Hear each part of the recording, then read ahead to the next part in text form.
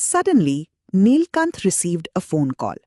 It was from an old friend with whom he had not been in touch for a long time. The friend called because of a personal emergency and requested a loan of 1 lakh rupees. Nilkanth explained that he did not have the money readily available, as most of his funds were currently invested.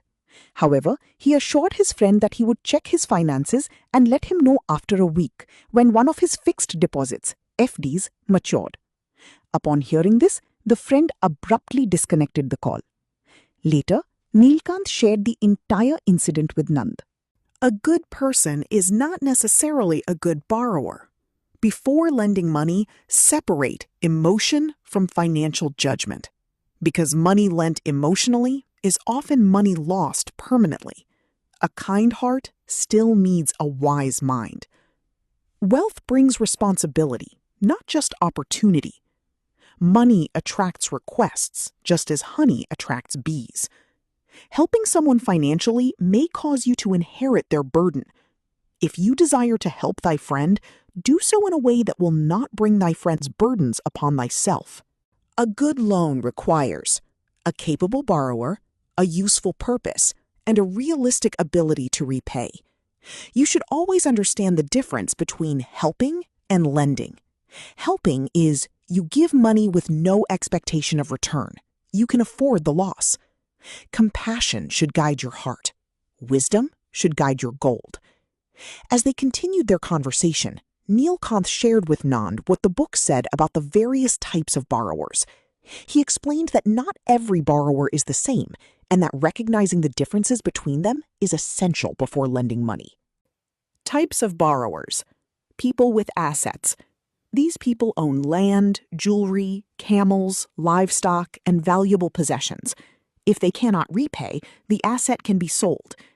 These types of loans where repayment does not depend entirely on hope. It depends on something valuable already existing, which is called collateral. People with earning capacity. These borrowers may not own many assets, but they have skills, jobs, businesses, and consistent income. In this case, repayment comes from future earnings. A trustworthy person with strong earning power can be a good borrower. People with neither assets nor earnings. These borrowers have no property, no stable income, and no repayment plan. Only hope. In these cases, repayment becomes difficult. The exception may be a respected and capable person guarantees the borrower. This is similar to cosigners, guarantors, and personal guarantees. Do not focus only on why someone needs money. Focus on how they will return it. Humans in the throes of great emotions are not safe risks for the gold lender.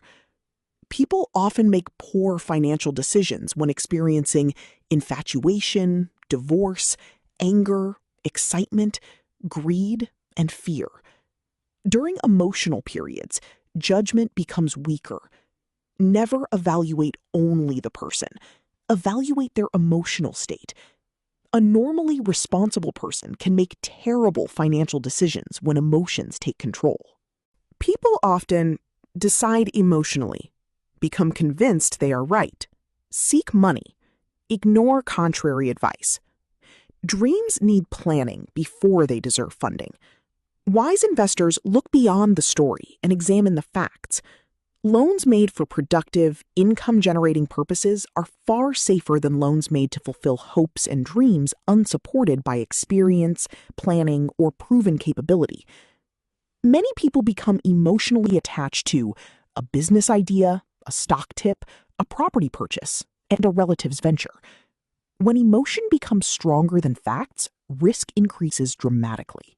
Debt is a deep pit. Entering is easy. Escaping is difficult. Do not lend based on desire. Lend based on ability. Many people desire success. Far fewer are prepared for success. Successful lending depends on character, competence, and responsible judgment, while overconfidence, emotional certainty, and the pursuit of quick wealth often lead borrowers into financial disaster and debt. Wise debt creates wealth. Foolish debt creates misery. Many people focus on potential profits. Wise lenders focus on protection from loss. Many people are careful when earning money, but careless when lending it. Diversification. Do not risk everything in one venture. Spread risk. Never risk everything to test an unproven idea. Risk a small amount. Learn, observe, then decide. Before wealth can grow, it must survive. Most people look only at the amount. Wise people look at the years required to earn it, the sacrifices required to save it, and the opportunities required to obtain it. Productive money earns more money. Every rupee represents a piece of your life. Money is stored effort, not just currency. Every piece of gold represents work, sacrifice, time, and discipline. Therefore, wealth deserves protection. Wealth is difficult to create, easy to lose. Therefore, protect it carefully, because every coin represents a part of your life. Highest responsibility of a wealth owner is to protect hard-earned capital from emotional decisions, risky borrowers, and misplaced obligations, because preserving wealth is the foundation upon which all future prosperity is built. Saving alone is not enough. Many people save money but never invest it. As a result, inflation reduces its value. Opportunities are missed. Wealth grows slowly. Money should eventually be placed where it can earn more money. Money tends to grow best when guided by experience, skill, discipline, good judgment, not excitement, regret. Before investing, ask, what could go wrong? How much could I lose? Can I afford the loss? Do I understand this investment? If you cannot answer these questions, caution is usually wiser than enthusiasm. The best time to prepare is before a crisis. Security is not built during the storm. It is built before the storm. When trouble arrives, you do not suddenly build protection. You rely on protection that was built earlier. People often ask, why buy insurance? Why keep emergency savings? Why invest conservatively? The answer becomes obvious when trouble arrives. Preparation creates peace of mind. The walls did not prevent danger. They prevented destruction. Wealth creation without wealth protection is incomplete. The hungrier one becomes, the clearer one's mind works. The lack of savings and resources can reduce a person's focus from future opportunities to simply finding the next meal. Debt is not just a money problem. It becomes a character problem when promises are repeatedly broken. Many people enjoy borrowing money, spending money, and buying things, but they do not enjoy repaying debt, sacrificing, and budgeting. The problem is not always bad luck. Often, the problem is a lack of financial discipline. Bad luck pursues every man who thinks more of borrowing than of repaying.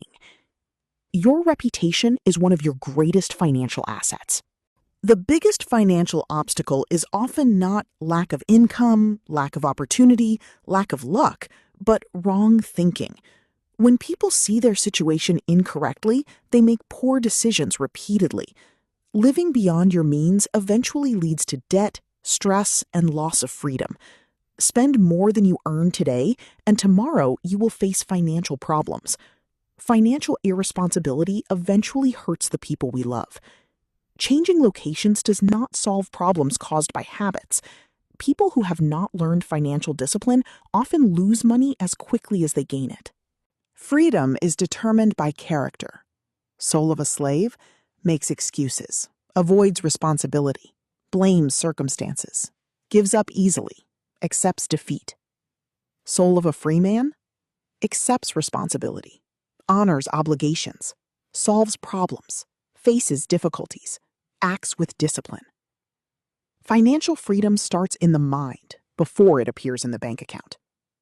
Character determines destiny more than circumstances. Financial freedom begins when you stop blaming circumstances. You accept responsibility. You decide to honor your obligations. You rebuild self-respect. Only then can wealth be rebuilt.